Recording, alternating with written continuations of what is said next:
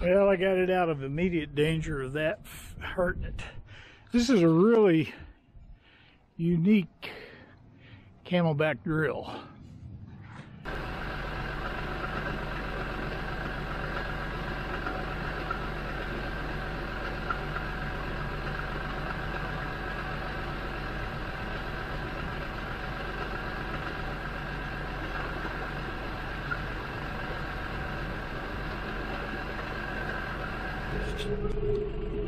Maybe you can hear me. Turned off the air conditioner in the tunes.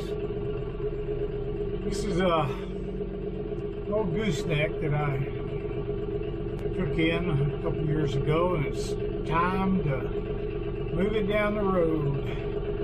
First thing, I got to get it out of the back of the shop. I don't know if you guys can sit there and watch, but you're welcome to try. I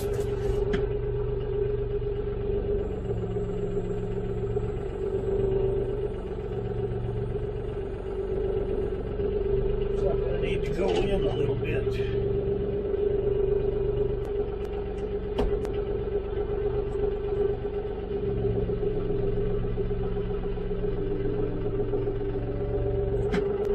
This is the way I put it in here.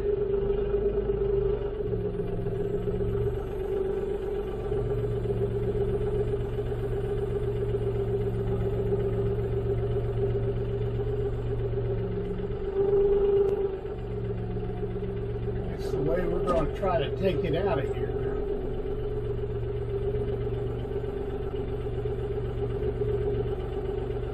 Now I'm on an angle, so I'm going to be going downhill. So I'm probably going to have to go up higher as I come out. What I'm going to do is watch for it to start dragging. And it'll tell me if I need to. I don't want to get it, yeah, I need to. I don't want to get it up too high. Keep it low to the ground.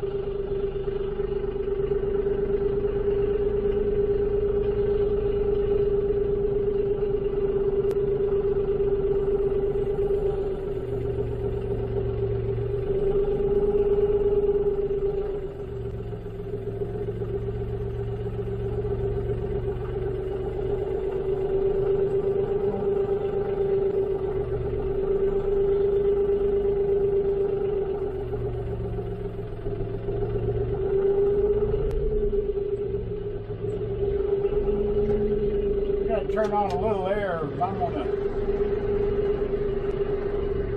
start getting skinny. You don't want that to happen, would you?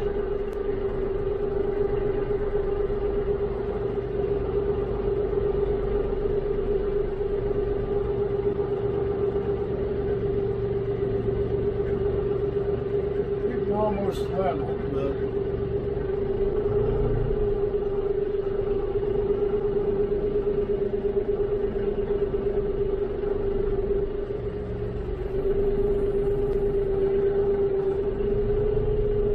I don't have a forklift. The only place I could really use a forklift is in the front of the shop and maybe a little inside, but to do what I do, I need a huge forklift, at least a 8,000 pounder. And frankly,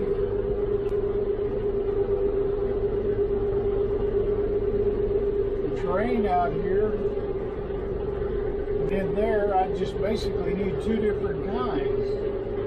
So I just make do with my tractor and sometimes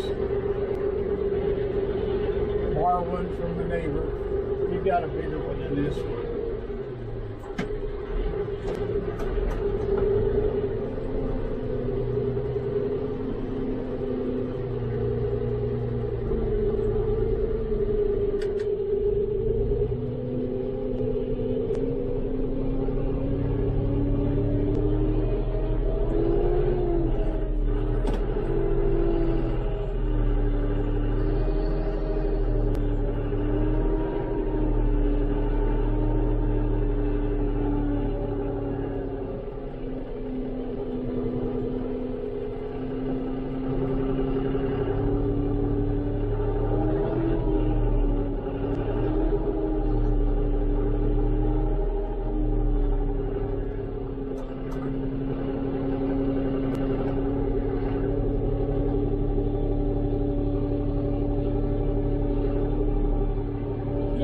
fuel problems with my tractor.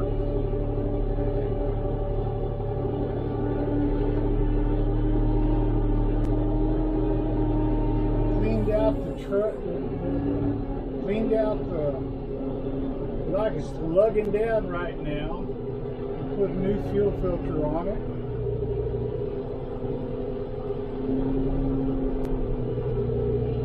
Cleaned out the fuel lines. Cleaned out the fuel tank, all fresh fuel. Sometimes it just starts losing power.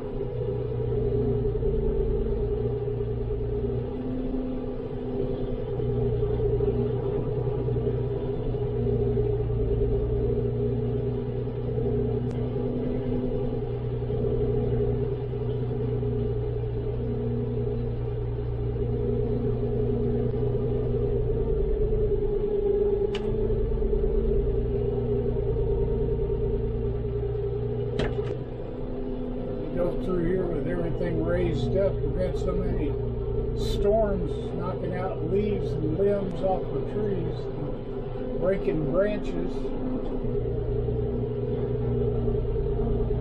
I guess that's the easy way to remove them.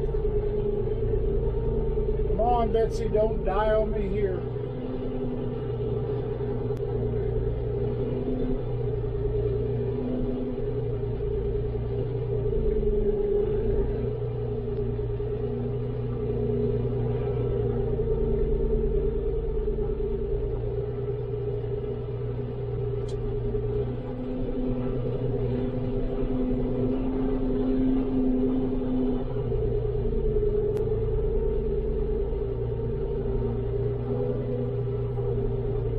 Guys, here at least I'll be out of my wife's way.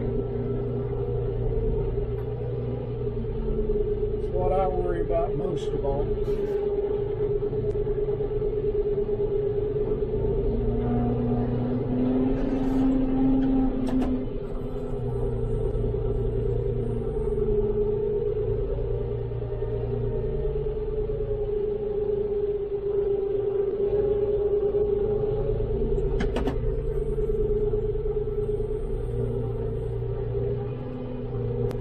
Get it on this pallet so I can move it around easier. No, no, no, no, no, no, no, no. No, no, no, no, no, no, no. Oh, no, no, no, no, no.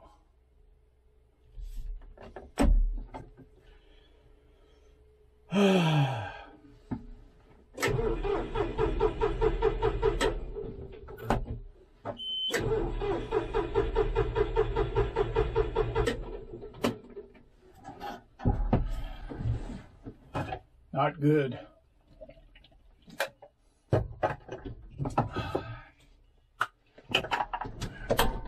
This is a dangerous situation.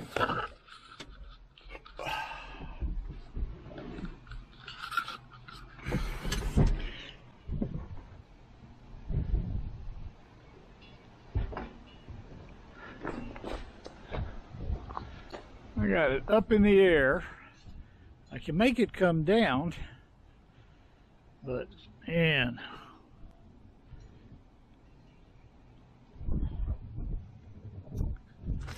I'm wondering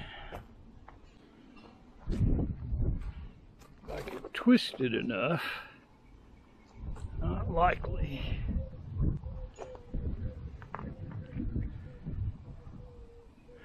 I think I can get the most of that weight on there. I just need to see if I can move that I-beam out of the way. It's a project coming up. We're going to be making a nice crane in the shop. Let's see here. Friend Ken gave me these things. I have no use for them, but it's too good to get rid of.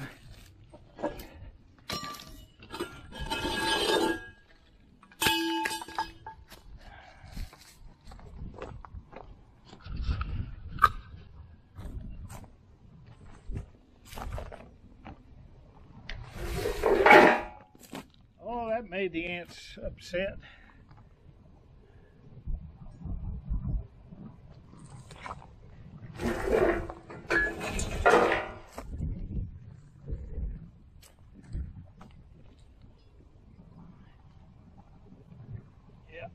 not happy there.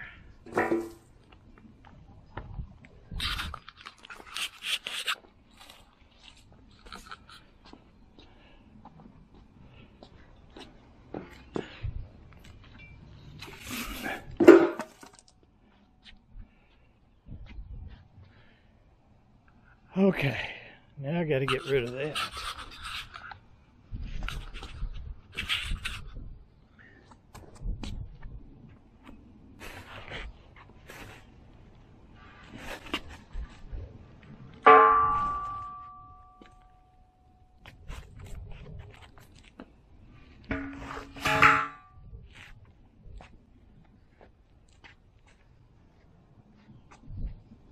The problem is half on and half off.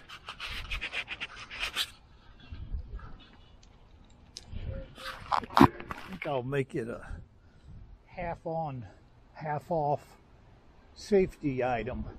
Put the pallet underneath there in case I can't get the truck or the tractor started again. I'll have to see if it's fuel going through the filter. Go from there.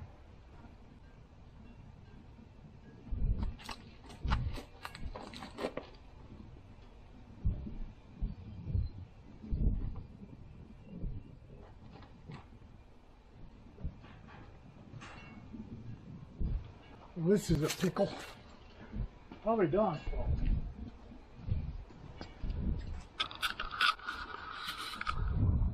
What I'm not wanting to do is have that dang pallet half on half the dirt. If I get it over here, I can move it around with my pallet jack. But I don't have any power in the tractor right now. Now, if I can pull it this way to the right, I could get that on where my pallet jack could get under it safely. But there's only one of me. That's where this is going to come in. And this, the remote control. I just need an anchor. Hey, look, there's a 55-gallon drum of hydraulic fluid for the beast. That can be an anchor. See if any junk comes out of my fuel filter. That looks like it's got plenty of diesel, and it's all nice and green color. No snot or anything.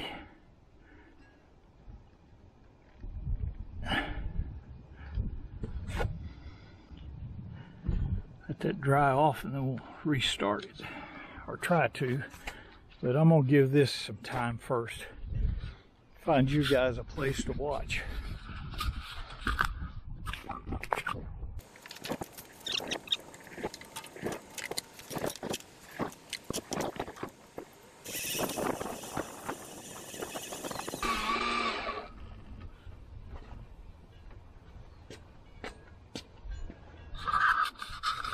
Well, that moved it over quite a bit.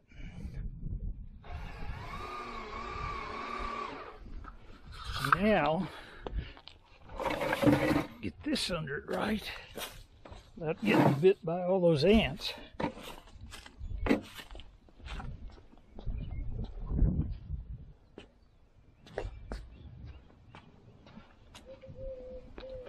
Don't make yourselves at home, ants.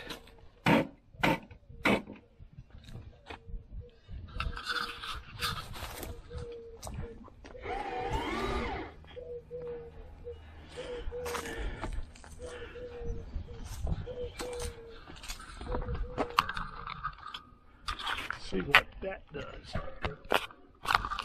Hold on.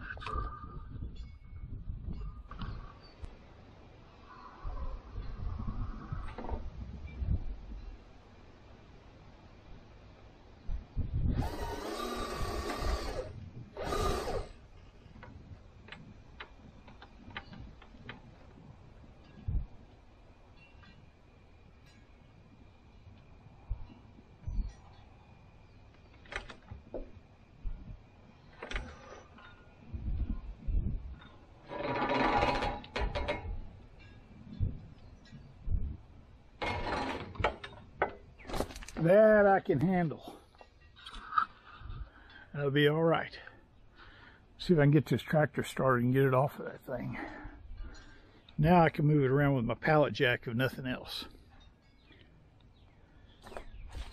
Well, I got it on the battery charger. The battery's kind of low.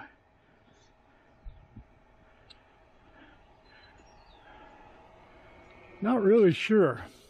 It keeps acting like it's fuel. Now, of course, it's injected.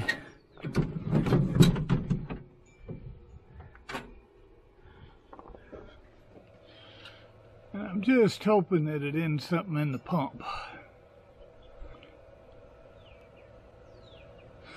Wondered if some injector cleaner would run through there and maybe clean out that part of that's where it's screwing up.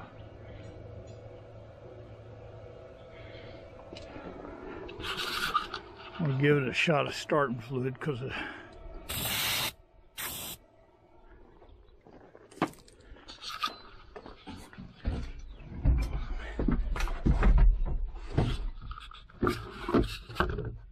all right, cross your fingers.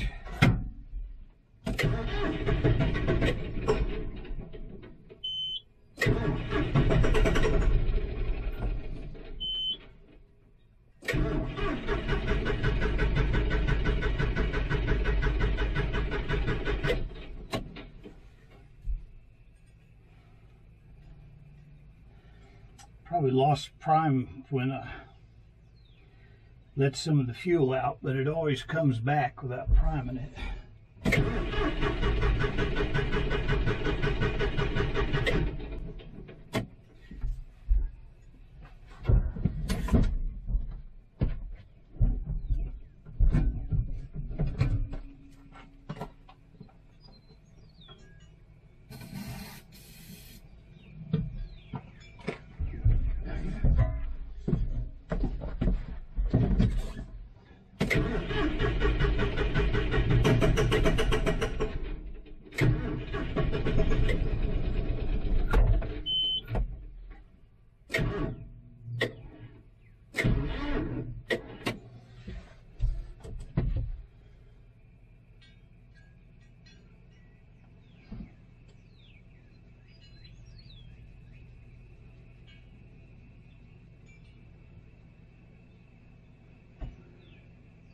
I wonder if this has an electric fuel pump. I don't know. But it's been running. It just does this and stops fuel. We're gonna let that charge up. Now, what I'm afraid of is those cylinders bleeding down and hurting the top of the drill. I'm going to see if I can get those slings off of it and then see if I can snake it under while we're charging the battery.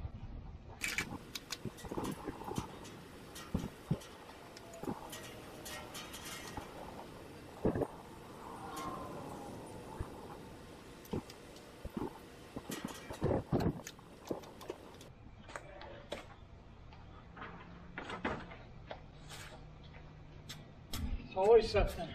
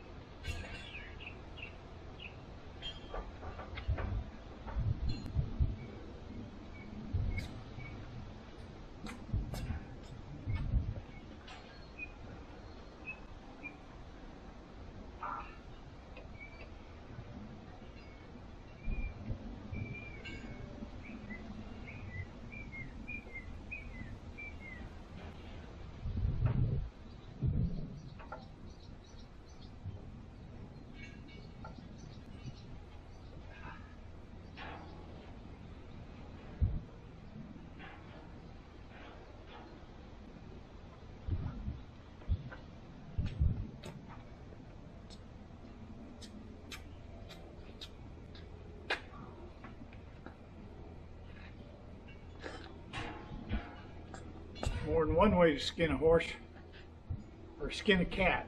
I don't skin horses.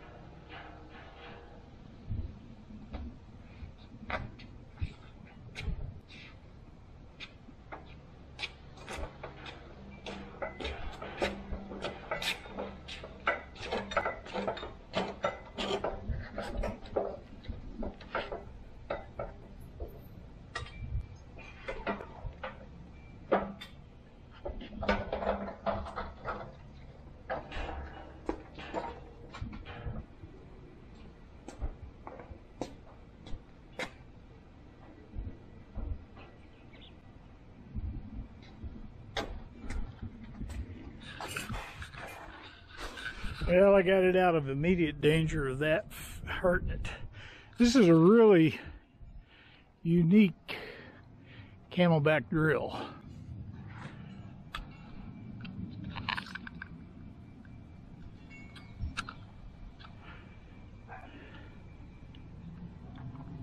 It's got a motor on it.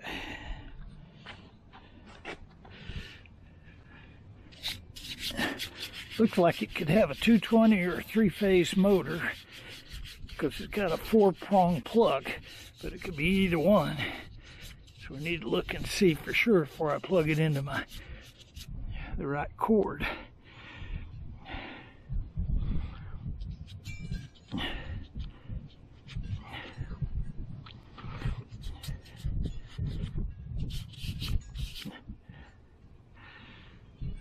I can't really read it.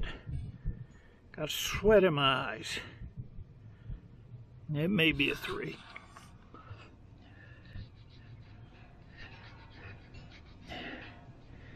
Yeah, it's a 3. And it can go to 2 horsepower, Cleveland or Leland, Ohio. Sure doesn't have a C in there. Leland. I bet that was a Cleveland.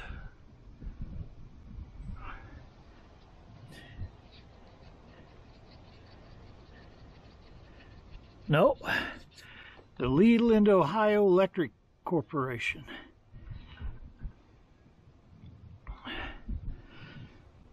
Three-phase, 2 horsepower. What's unique about it is it's got a belt and a motor on it. Most of them don't. But this one has got all gears for the back gear. And they're all there. Not any arrangement inside the cone like most of them you see. This belt guards come off, goes somewhere. All the gears look good. You shift back gear by this lever here. Got power down feed. Shoot. All the handles are on it. It's even got a Mountain Dew can on it. Got to be a good machine. It goes up and down. It's got the counterweight chain is still on. The counterweight's still in the column.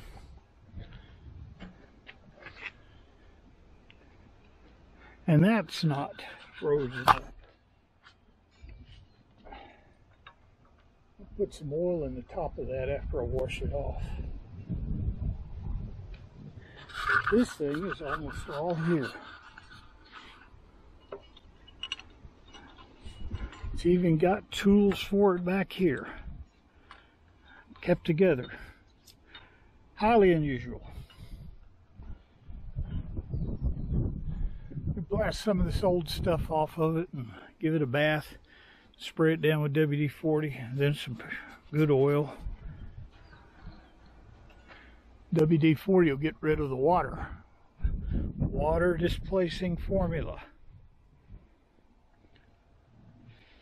The motor is enclosed, so just be careful power washing around it and it should be all okay.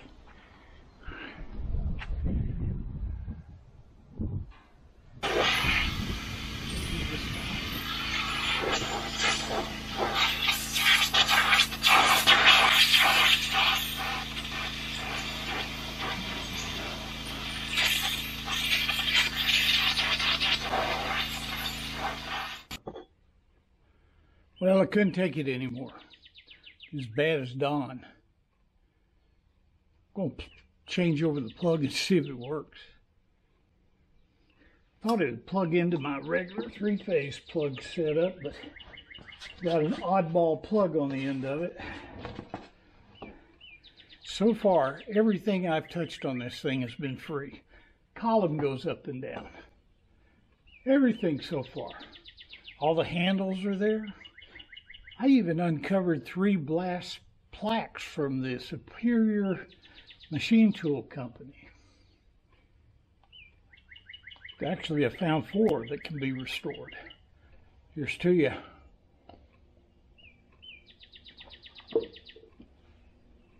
It's my last fake beer. Well, it's not a fake beer. It doesn't have any alcohol.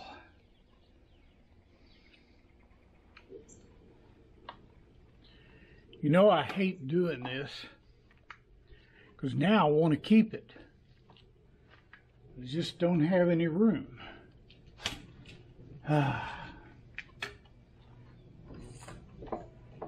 Don't have any room.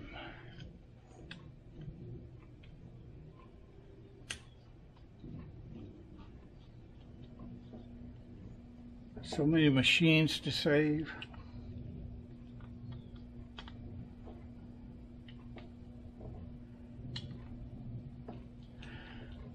For those of you that have waited this long on the video, I had a little surprise, an advance notice coming up for something that'll be out on the next video. Today, I went to see a gate in Houston, and I drive by John Oder's house. Now, for those of you that don't know John Oder, you must not ever get on Practical Machinist. John, I think, turns 84 this year, he said. And he made a deal with his wife that when he turned 80, he would get rid of his machine tools. And he kept his promise. And boy, did he have some old, good, restored machine tools. Well, they went to a good home, to a young man down here. I guess I met him, 7 or 8 years ago. He came to one of the very first scraping classes. He was 17 or 16 years old and liked old machines and wanted to learn how to restore them, and he's got a bunch of them. In fact, I think John made a deal, or like a sweetheart deal with him, and he now owns a whole bunch of John's machines. Well, with COVID and everything, I didn't go visiting John very much because I didn't want to get him or his wife sick. Well, today I was driving by his house, and lo and behold, the back gate was open. And John was standing there watching somebody mow the yard. So I whipped right in and said, "Hi, John, remember me?" And he said, "No," and I told him who it was. "Oh, yeah.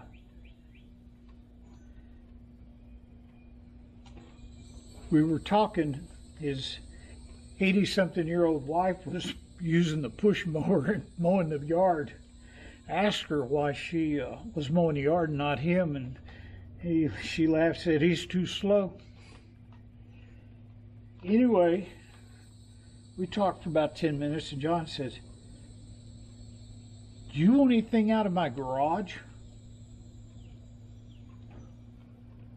I said, I thought all your stuff was gone. He said, not all of it. So he let me look.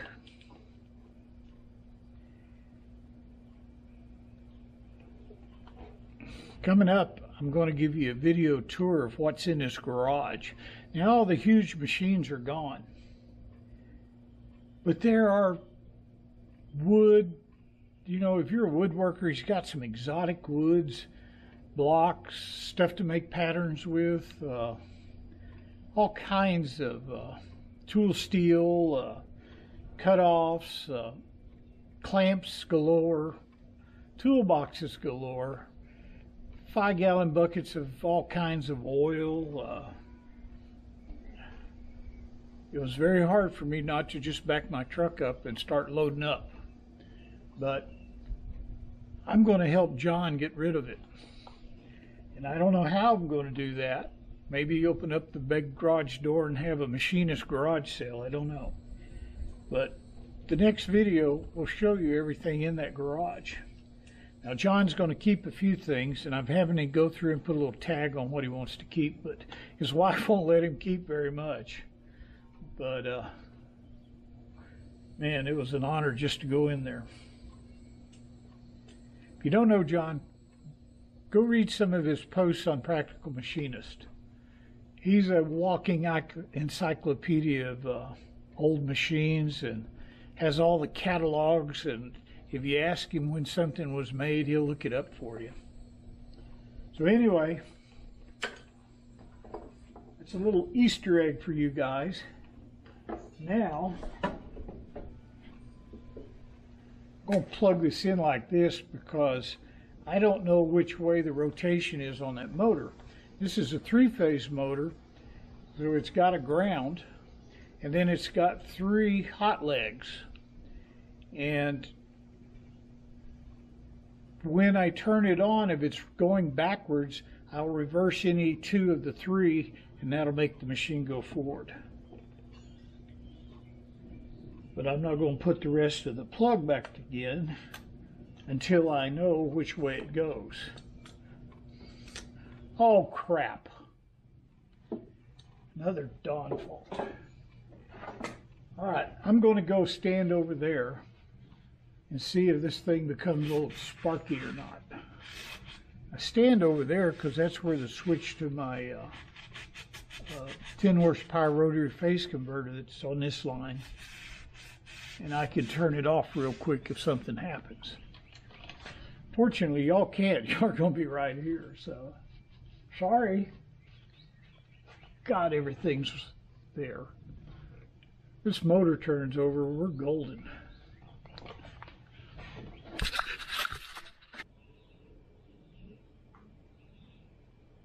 Oh heck, I'm going to leave it off. Put the power to it. See if anything happens, then I'll take the power off, come back, we'll see what goes on from there. Are y'all getting vertigo?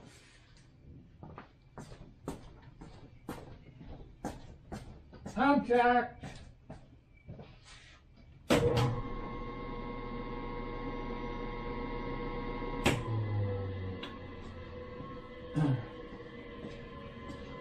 No magic smoke.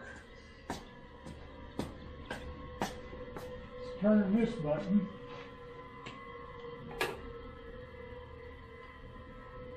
Alan Bradley on off.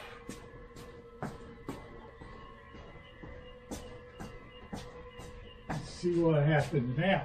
Contact.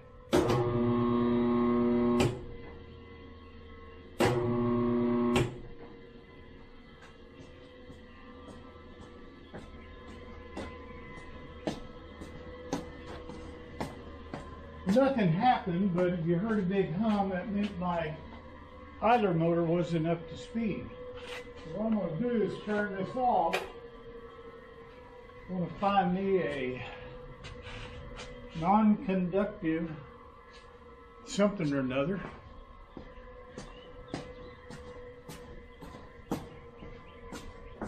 Turn on the motor, get it up to speed.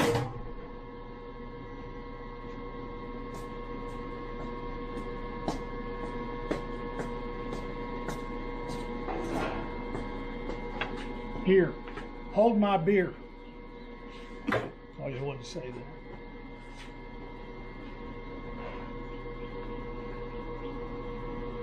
Well, y'all can't see if I do it that way.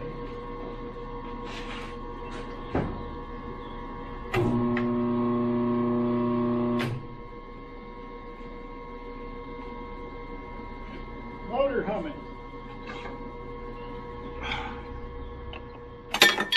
Ta-da! Oh, great.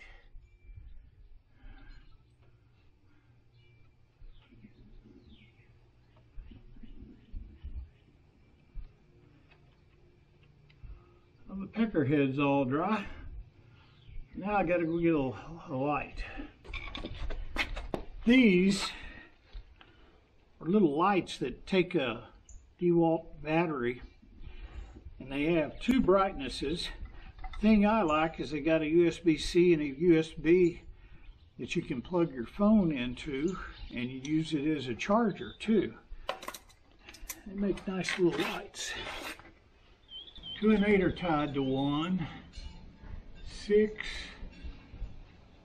or 9. That's a 9. That's a 3. 9 and 3 are tied together.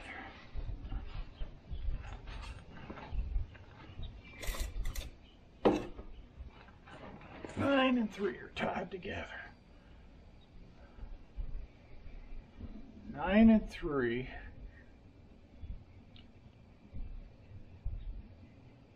And 6.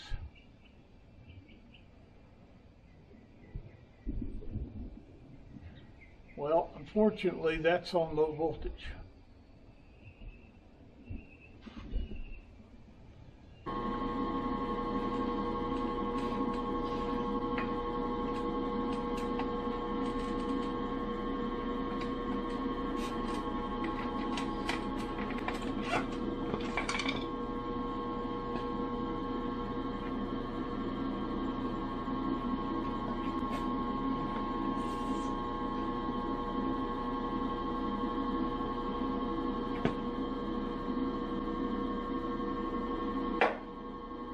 Again.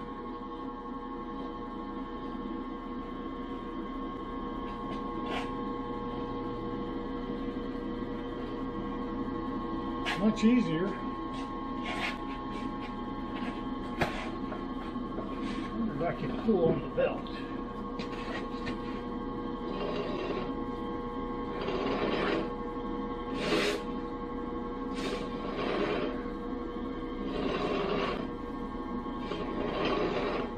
Couldn't do that at first.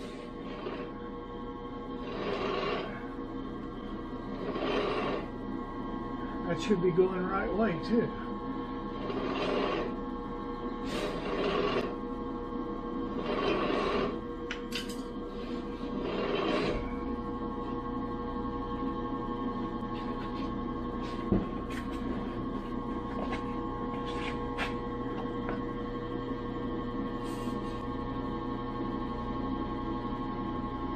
Well, the motor's just too weak.